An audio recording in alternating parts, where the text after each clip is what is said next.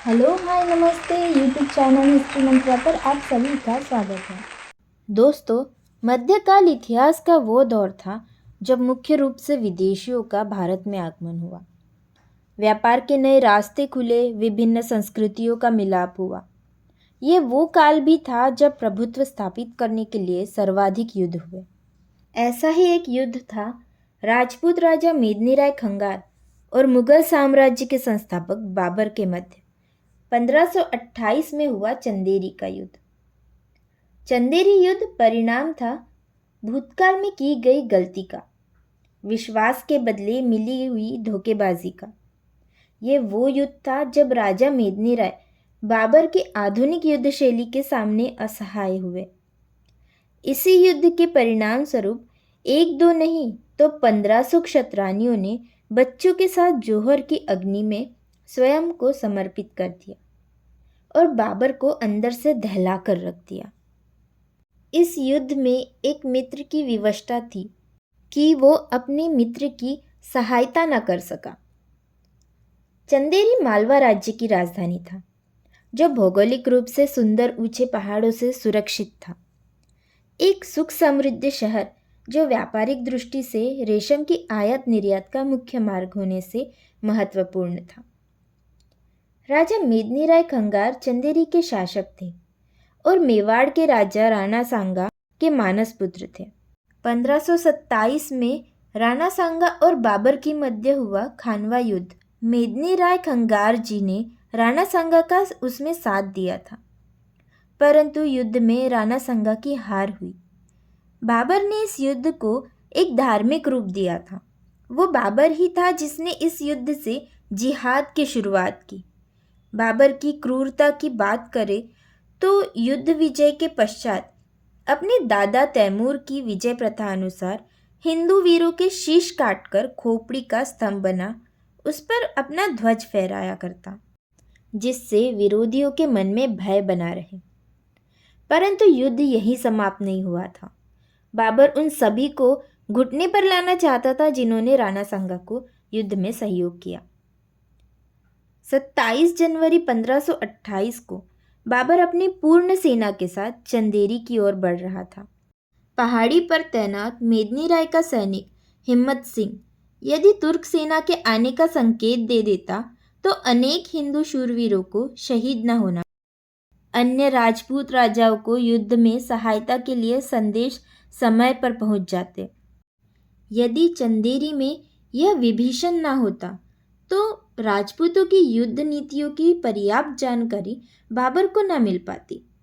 अतः प्रातःकाल में बाबर का एक सैनिक मेदिनी राय को युद्ध चेतावनी पत्र देता है।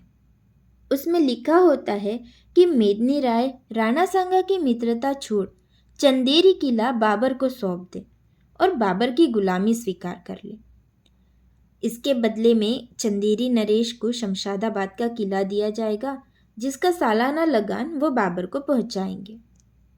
यदि ऐसा नहीं करते हैं तो मुगल सेना की तोपों का सामना करने के लिए तैयार रहे।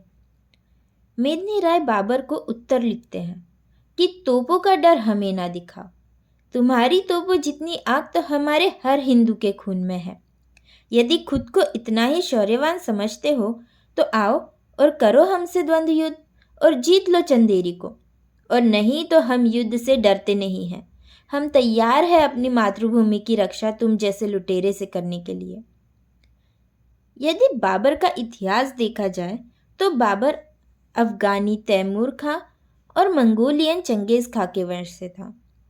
दोनों ही शासक भारत में आकर लूटमार कर भारत से चले गए थे। वे रुके नहीं। बाबर भी भारत आने से पूर्व 4 बार प्रयास कर चुका था, पर वो असफल रहा। तब दिल्ली तख्त पर इब्राहिम शाह लोदी की सल्तनत थी। इब्राहिम शाह लोदी को तख्त से हटाने के लिए राणा सांगा और दौलत खां लोदी बाबर के पास मित्रता प्रस्ताव लेकर गए, और यही राजपूतों की सबसे बड़ी भूल थी। पानीपत प्रथम युद्ध में इब्राहिम लोदी को हराने के बाद बाबर के मन में दिल्ली तख्त की लालसा आई और उसने सभी राजपूत राजाओं को अधीनस्थ होने को कहा, परंतु राणा सांगा यह स्वीकार नहीं करे। और उन्होंने बाबर के साथ खानवा युद्ध लड़ा। चंदेरी युद्ध की खबर राणा सांगा को पहुंचाई गई, परंतु राणा सांगा के वापसी पत्र में राणा सांगा ने अपने मानस पुत्र मेदिनी राय से कहा, मैं क्षमा मांगता हूँ, मैं विवश हूँ कि आपका युद्ध में साथ नहीं दे सकता, क्योंकि मैं अपने जीवन की अंतिम श्वास ले रहा हूँ। राणा सांगा को षड्यंत्र से भोजन में विष दिया गया था, जिस कारण वे युद्ध में मेदिनी राय के सहयोगी ना बन सके। राणा सांगा लिखते हैं कि आप अभी पिंजरे में बंद पंछी की तरह हैं। आपको शक्ति से अधिक विवेक और बुद्धि से कार्य लेना होगा। आपके साथ युद्ध में ना होना मेरी इच्छा नहीं, विवशता है। मुझे क्षमा करें। राजा मेदिनी राय चंदेरी की भौगोलिक स्थिति की वजह से कुछ निश्चिंत थे, क्योंकि बाबर की सेना में अरबा, हाथी, घोड़े और तोपें थी और इनके साथ पहाड़ चढ़कर चंदेरी पहुंचना असंभव था। और यदि सैनिक टुकड़ी के साथ बाबर चंदेरी आता है तो राजपूत सेना उनके स्वागत में तैयार खड़ी थी। पर ऐसा हुआ नहीं। बाबर ने रातों रात पहाड़ को बीच में से काटकर रास्ता बना लिया और चंदेरी पहुंचा। हिंदुओं के लिए यह प्रथम युद्ध था जिसमें वे तोपों का सामना करने वाले थे। बाबर की विशाल सेना के आगे कुछ हिंदू राजपूत सैनिक थे। राजा मेदिनी राय की सेना हर हर महादेव के जयघोष के साथ रणभूमि में आती है और देखते ही देखते बाबर की पहली पंक्ति के सैनिकों को काट कर रख देती है।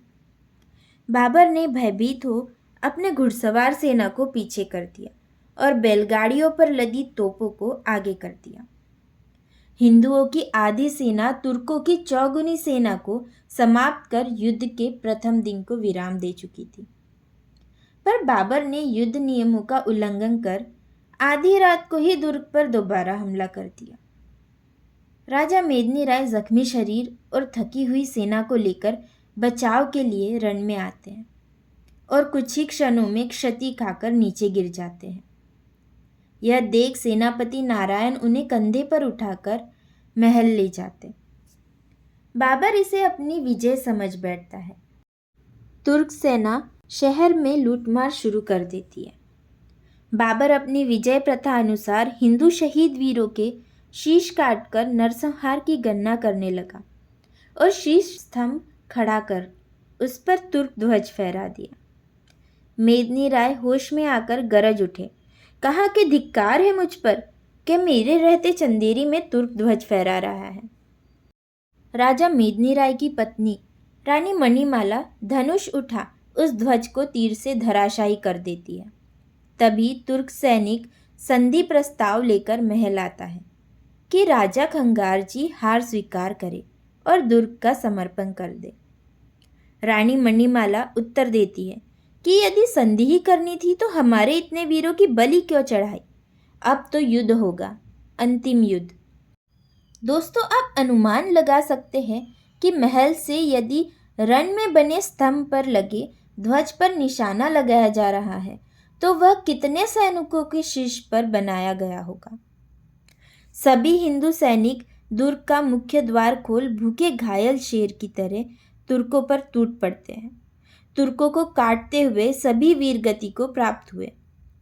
यह एक समय था जब राजपूतों का शौर्य देख बाबर थक्का बक्का रह गया। दुर्ग के मुख्य द्वार से खून की नदी बह रही थी। यह देख बाबर के मुख से निकला, ओह खूनी दरवाज़ा। इसे आज भी खूनी दरवाजे के नाम से ही जाना जाता है और इसे बंद करने की हिम्मत आज तक किसी की नहीं हुई। उधर रानी मणिमाला ने भी जौहर की तैयारी की। दुर्ग में ही गिलैया ताल के पास कुंड में सभी क्षत्ररानियों की चिता सजाई गई।